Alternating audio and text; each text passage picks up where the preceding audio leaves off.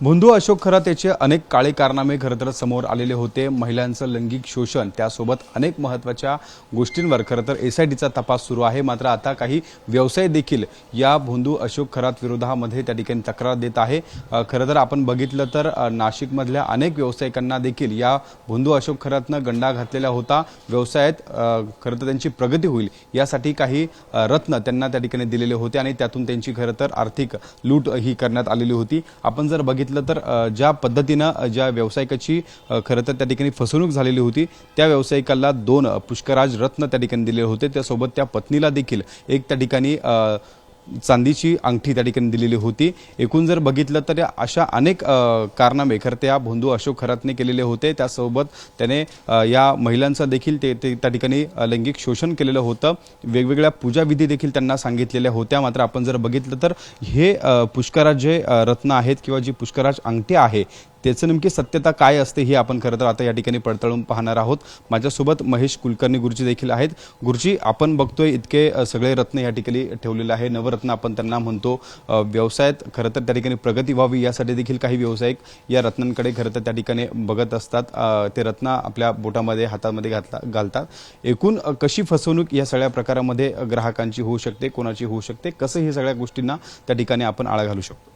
आता तसं वास्तविक पाहायला गेलं तर जसं की आता समोर आपल्या पुष्कराज ठेवलेला आहे। हा पुष्कराज आहे पण याची काय आहे की किंमत कमी आहे, 500 रुपयाचा साधारण, म्हणजे हा क्वालिटी कमी याची।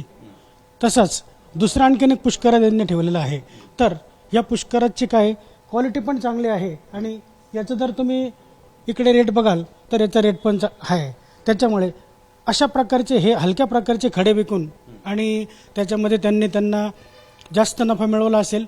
आणि हलक्या प्रकारच्या खड्यांमध्ये काय होतं की त्याचं काय पुढे चालून त्या खड्यांपासून त्यांना काही यजमानाला जे फायदे पाहिजे असतात किंवा त्यांना काही जो लाभ पाहिजे असतो तो लाभ मिळत नाही। परंतु जर समजा तुम्ही असे ओरिजिनल प्रकारचे खडे घेतले तर त्याच्यापासून तुम्हाला त्या खड्यापासून काही फायदा पाहिजे असेल, जसं की उदाहरणार्थ पुष्कराज आहे। पुष्कराज हा गुरुचा खडा आहे, बरोबर आहे की नाही? एखाद्याच्या कुंडलीत जर समजा गुरु मकरेचा असेल, निचेचा असेल, जर त्याला गुरु या ग्रहापासून काही लाभ पाहिजे असेल आणि अशा प्रकारे अत्यंत कनिष्ठ प्रकारचा जर खडा घातला त्याने तर त्याला त्याचा काही लाभ होणार नाही, बरोबर आहे की नाही?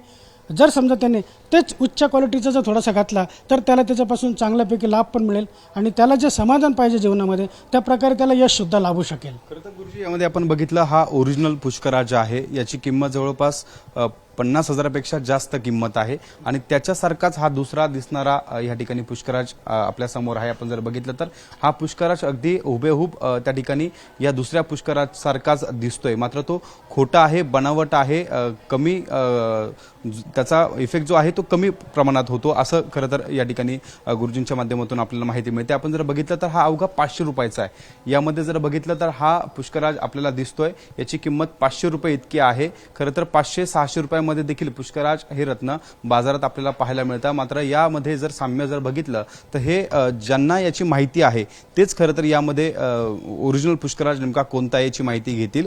मात्र अनेकदा या भोंदू अशोक खरातने या लोकांचा अशाच पद्धतीने कुठेतरी त्यांची श्रद्धा होती, त्या श्रद्धेचा त्या ठिकाणी गैरफायदा घेतला आणि ज्या पद्धतीचे हे पुष्कराज खडे आहे जे बनावट आहे किंवा आपण त्याला फसवे म्हणू शकतो, असे फसवे जे पुष्कराज आहेत ते त्यांना दिले आणि त्यांच्याकडनं लाखो रुपये हे खरं तर उकळलेले होते, जे देऊन व्यावसायिक खरं तर आता समोर आलेले आहे या भोंदू अशोक खरातच्या विरोधामध्ये। त्यांना देखील 3 वर्षांपूर्वी अशाच पद्धतीने त्यांची व्यवसायात प्रगती होईल या असं सांगून किंवा त्यांना तसं पद्धतीने भासवून हे पुष्कराज त्यांना त्या ठिकाणी दिले गेले आणि त्यांच्याकडनं लाखो रुपये त्या ठिकाणी घेतले गेले। 2 लाखापेक्षा जास्त रक्कम घेतली आणि ज्या नागरिकांना किंवा त्या व्यावसायिकांनी जे पद्धतीच्या अंगठ्या त्यांना दिलेल्या होत्या त्या अंगठ्या सोन्याच्या होत्या। मात्र त्या सोन्याच्या अंगठ्यांमध्ये जर आपण बघितलं तर ह्या अशा पद्धतीची सोन्याची अंगठी ही हुबेहूब त्याने बनवून दिली आणि त्यामध्ये अशा पद्धतीचा खडा त्या ठिकाणी हा पुष्कराजचा हे रत्न त्या ठिकाणी बसवून दिलं आणि त्यांना बोटात घालायला सांगितलं। खरं तर गुरुवारच्या दिवशी हा पुष्कराज परिधान करा असं सांगितलं आपल्याला, गुरुजींनी देखील सांगितलं।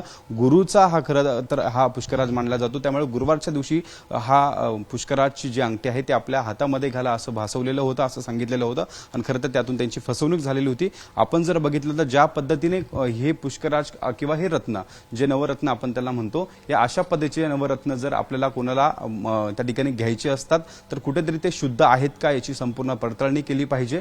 जे गुरुजी आहेत त्यांच्याकडनं आपण कधीतरी एक साधू असेल, कोणी आपल्या ज्यांच्यावर विश्वास असतो त्यांच्याकडनं आपण हे खरं तर हे सगळे खडे त्या ठिकाणी घेतो, हे रत्न घेतो, मात्र त्यांची हुबेहूब ही अशा पद्धतीची फसवणूक केली जाते.